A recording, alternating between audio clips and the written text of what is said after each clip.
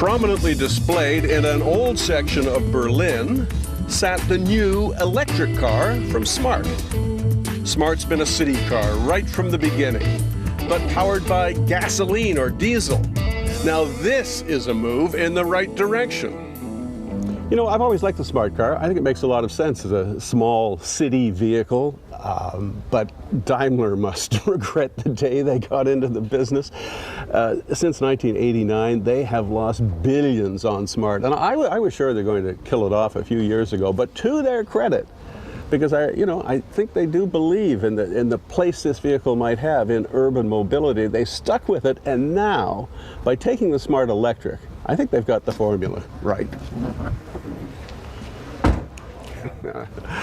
The problem was back here. Do you remember the original Smarts? They came out with the nastiest little 3-cylinder diesel engine you ever saw or heard, and a dreadful semi-automatic transmission. I mean, they were not fun to drive. But now it's electric. It's silent. It's emission-free. It's smooth. There's no gear changing. It makes a lot more sense as an electric car.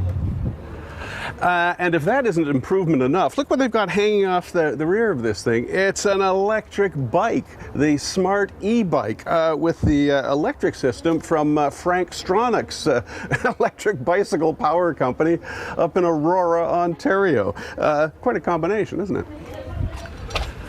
So if you put it all together, I think it gives Smart a chance for survival, a chance at a second life in the electric age. Let's try it out.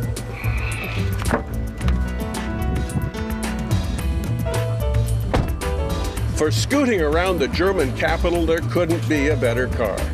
Fast, sporty, fun, and emission-free. I'm already forgetting about the bad old gas and diesel Smarts.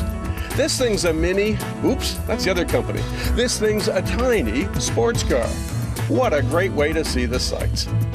The electric motor delivers power at 2 levels. Accelerate in a normal fashion, and it puts out 47 horsepower and instant torque. However, if you're really ready to boot it, the motor delivers all 74 horsepower, which just about pins you back in your seat. The suspension's good, and the electrically assisted steering delivers decent feedback. You get electronic stability and traction control too. Very helpful in a car with such a short wheelbase. The first level of braking is done by the electric motor. That's regenerative braking, and it's used to charge the battery. You can hit a top speed of 125 kilometers an hour, which means highway driving is okay too. But it's better in the city, where you can turn on a dime and park in impossibly tight spaces. I think Smart needs electric.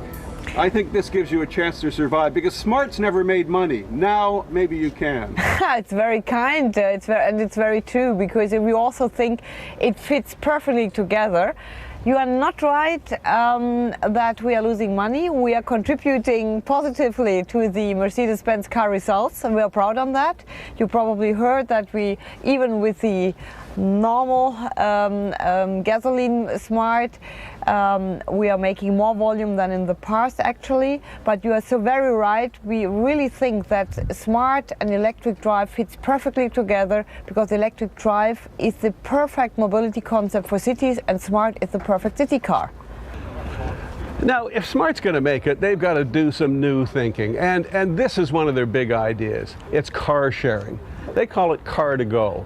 What it means is they figure that Gen Y doesn't want to own things, especially in the cities, just use things. Personal urban mobility is a Car2Go card, which you just scan on the windshield up there. The car opens up and away you go.